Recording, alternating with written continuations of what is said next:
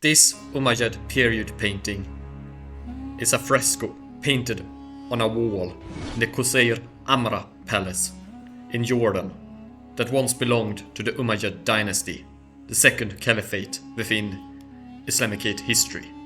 This fresco, which depicts a half-nude slave woman alongside the others that are painted inside the Qusayr Amra palace, was specifically ordered by a caliph which remains unknown, but it is likely that the identity of that caliph is either al-Walid I, al-Walid II, or Yazid III, as those three caliphs were involved with the Qusayr Amra palace.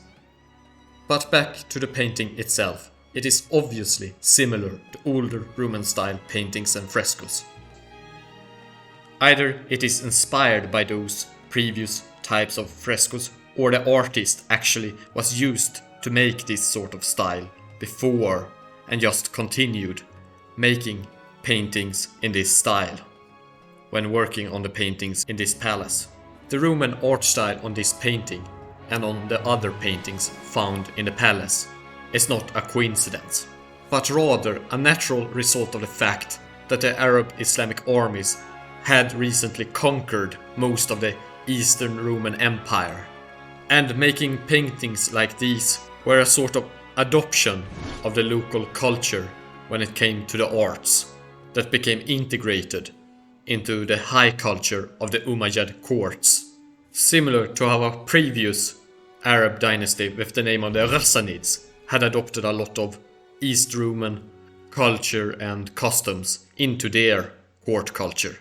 So this was not the first time an Arab dynasty had adopted a lot of Roman culture into their high court culture. And art is an important part of culture, as it is a status symbol and an expression of wealth, power and sophistication. Now, they did adopt Roman art making these frescoes, but there is a way that this fresco stands out from previous late Roman frescoes. And that is that this fresco is rather much more risque than the typical late East Roman painting or artwork. Actually, this picture is censored, as otherwise it would show certain forbidden for YouTube body parts, and I would get into trouble due to the YouTube policy on nudity. Yes, YouTube is more prudish than 8th century Arab caliphs, who also were a lot less prudish than the prudishness of the late Eastern Roman Empire after the Roman Empire had converted to Christianity.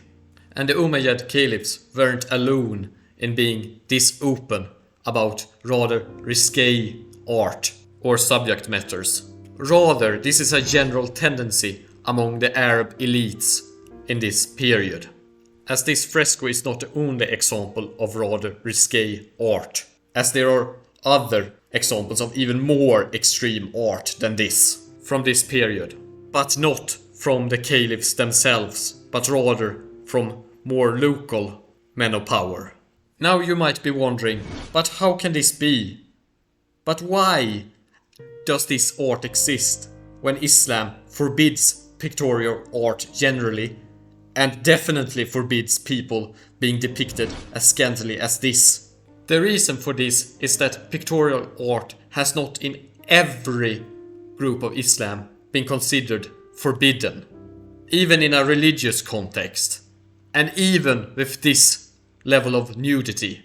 And this has held true even for far later time periods.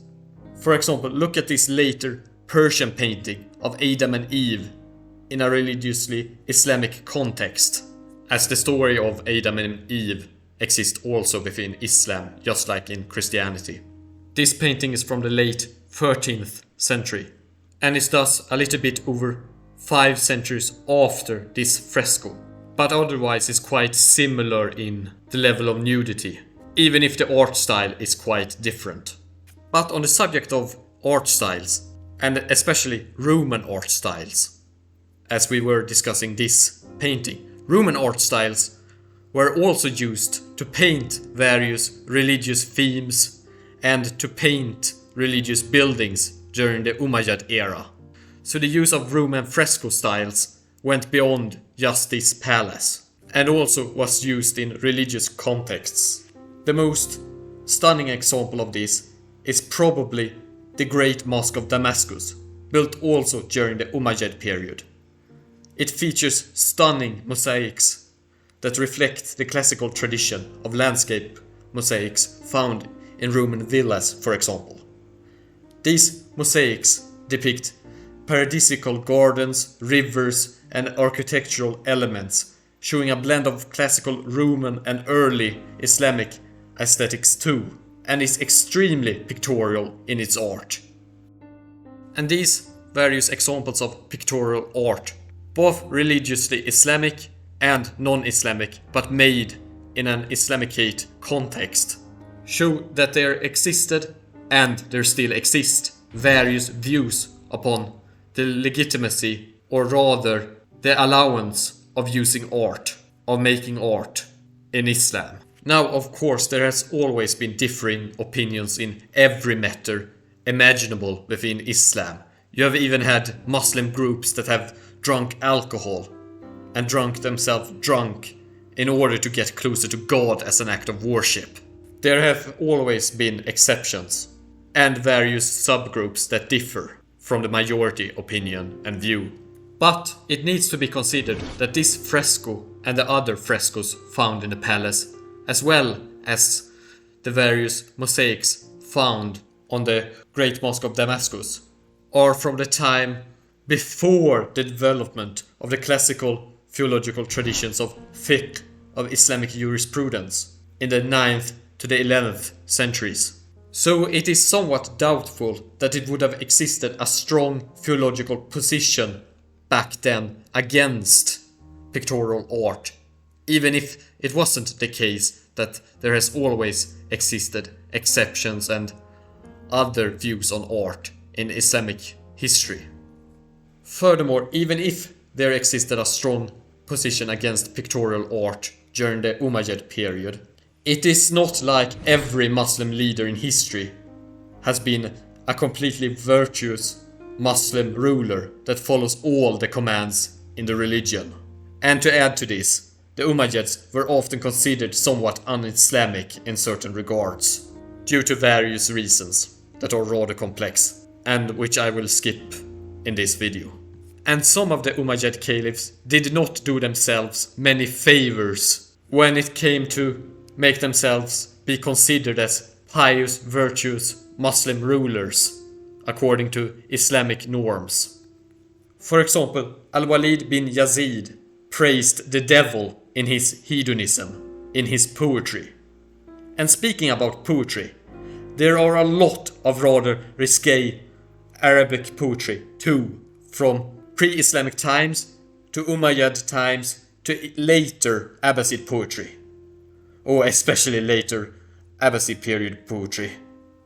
Oh, Abu Nawas, how I dread having to find ways to get your video through the YouTube censorship systems. Not only will I have to dread wrongfully getting tagged in the YouTube censorship system for supporting the T word due to me speaking Arabic in the video, but I will also have to dread getting censored due to the subject matters I will have to discuss with regards to you. Yeah, you're going to be a real pain once I get to you. But in any case, there exists Arabic poetry that, when compared to this fresco and other sorts of risque art, makes these paintings look rather tame in comparison.